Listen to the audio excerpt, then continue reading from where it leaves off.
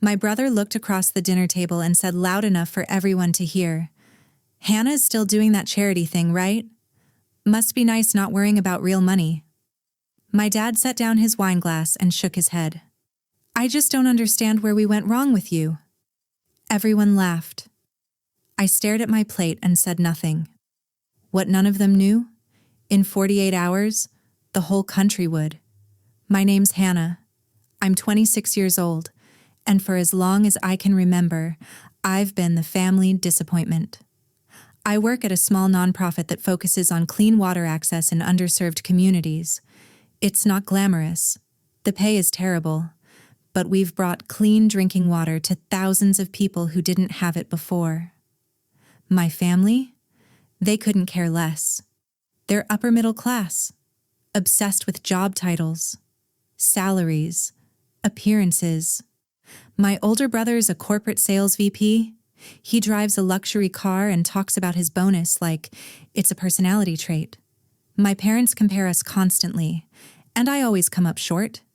I wasn't pulling 6 figures or driving a luxury car, but I was doing something that actually mattered. At least, that's what I told myself. Because the truth is, it hurt. Being the disappointment at every family gathering, the one they didn't brag about, the one they didn't toast. I loved my work. I believed in it. But I'd be lying if I said their rejection didn't cut deep. If you've ever been pushed aside by family, subscribe right now and tell me where you're watching from. Because I need you to know, you're not alone. Let me take you back 3 months. Family dinner at my parents' house. I walked in excited. We'd just gotten approval to launch a major project in 3 rural regions. It was the biggest thing our team had ever done. I sat down at the table, and before I could say anything, my brother launched into this story about his promotion. "They're giving me a corner office," he said, grinning, "and a $30,000 bonus." My mom gasped. "Oh, sweetheart, that's wonderful." My dad raised his glass. "To success. We're so proud of you, son." They clinked glasses. No one looked at me. I cleared my throat. "I have some good news too, actually. My team's launching a water access project that's going to serve over 12,000 people." My mom cut me off. "That's sweet, honey, but when are you going to get a real career?" I blinked. "Mom, this is a real career." She gave me this tight smile. "You know what I mean. Something stable, successful." My brother leaned back in his chair. "Yeah, but what's your salary? Like 35K? That's what I spend on travel." The room went quiet. My parents didn't defend me. They just looked uncomfortable. Like my salary was something embarrassing they didn't want to acknowledge. My dad changed the subject. My brother kept talking. And I sat there feeling smaller and smaller. After dinner, my dad pulled me aside in the hallway. "Hannah," he said quietly, It's embarrassing when relatives ask what you do." I stared at him. "Embarrassing? You know what I mean." He wouldn't meet my eyes. "Maybe it's better if you skip the family reunion next month. You won't have to explain yourself." I didn't say anything. I just grabbed my coat and left. I cried the whole drive home. 2 weeks later, my cousin graduated college. Big party at my parents' house. Everyone was there. Aunts, uncles, cousins, the whole extended family. At some point, someone decided to take a group photo. The photographer started arranging people. "Okay, all the cousins up front." I stepped forward. My aunt put her hand on my shoulder. "Hannah, sweetie, step out for this one. This is just the successful cousins." She said it like it was a joke. Everyone laughed. I stood there frozen. My brother was in the photo. He didn't say a word. My parents pretended not to notice. I stood to the side and watched them smile for the camera. That was the moment I realized they didn't just see me as less successful, they saw me as less. A week after that, my car broke down on the highway. I called my dad. He lived 20 minutes away. "Hey, Dad, I'm stuck on Route 9. Any chance you could help me out?" He sighed. "I'm busy with something important right now, Hannah. It'll only take—" "I can't. Sorry." He hung up. I ended up waiting 2 hours for a tow truck. That same week, my brother's Tesla needed detailing. My dad drove an hour to pick him up. I found out later when I overheard my mom on the phone with a friend. "We help when it's worth it," she said. Hannah made her choices. I stopped answering the family group chat after that. Then my brother called. "Hey, I need a favor," he said. "Can I store some boxes at your place for a few days?" I should have said no, but I didn't. He showed up with a moving truck. Not a few boxes. A moving truck. He filled my entire living room. "Just move it there," he said, snapping his fingers at me. "God, you're so slow." I stood there, stunned. "You said a few boxes.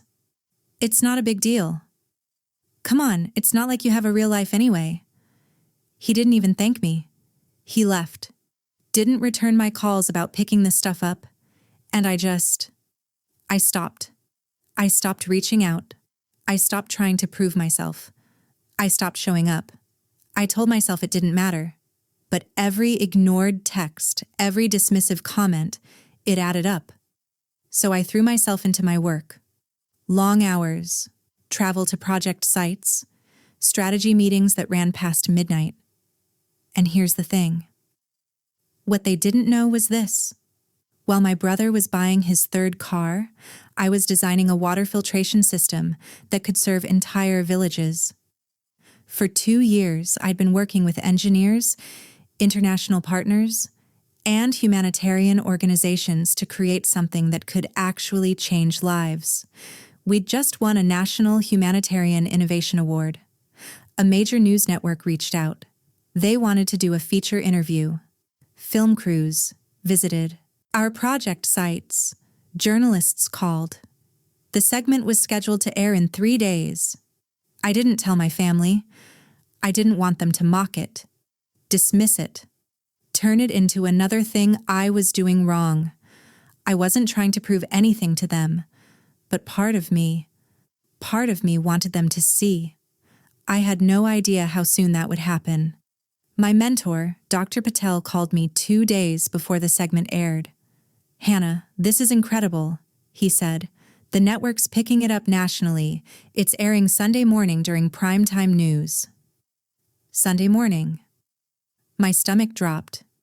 Because that same day, my mom had texted me. "Family brunch Sunday at our place. You should come." The tone wasn't warm. It was obligatory. Like they were checking a box. I almost didn't go. But then, the night before, something happened. My mom pocket-dialed me. I almost hung up. But then I heard my brother's voice in the background. "Why do we even invite her?" he said. "She just brings down the mood. Honestly, Hannah's never going to amount to anything." My mom laughed, softly. But she laughed. She didn't disagree. I sat there in my apartment, staring at my phone, and something inside me shifted. I wasn't heartbroken anymore. I was done. I decided to go to brunch anyway, not to beg for their approval, not to explain myself, but to show up as myself.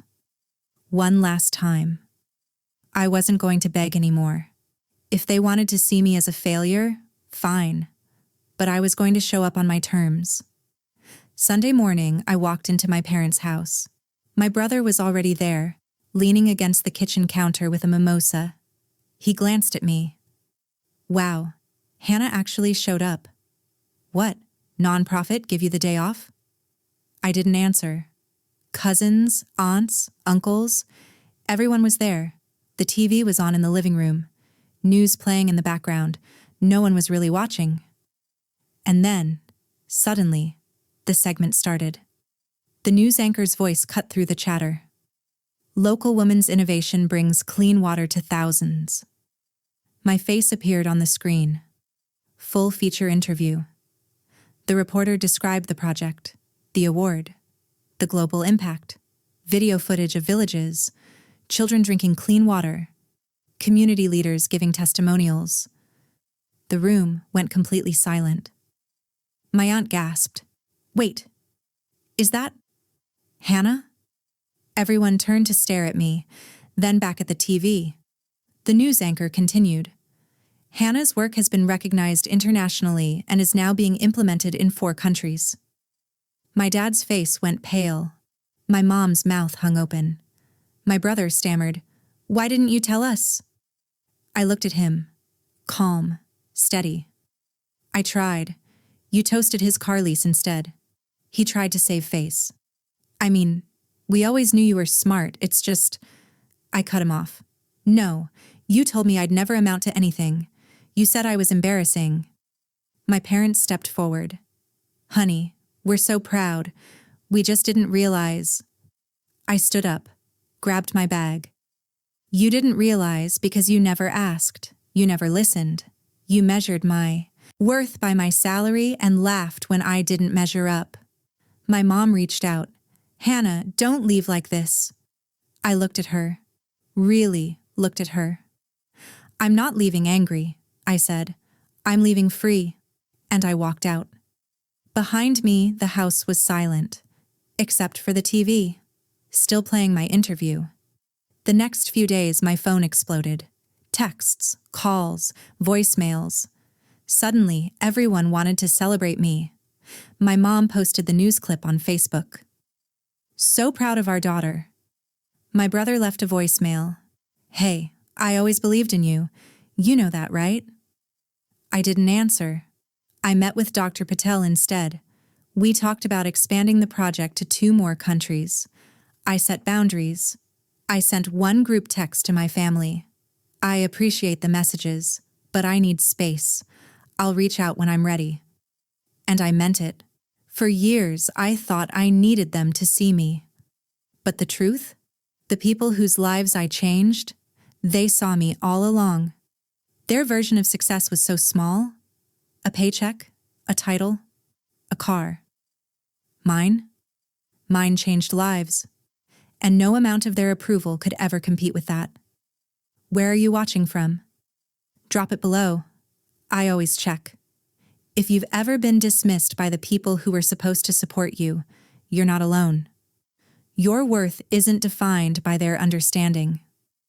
Hit subscribe if this story hit home and tell me, have you ever proven someone wrong just by being yourself? Share your story in the comments. Thanks for listening. I'll see you in the next one.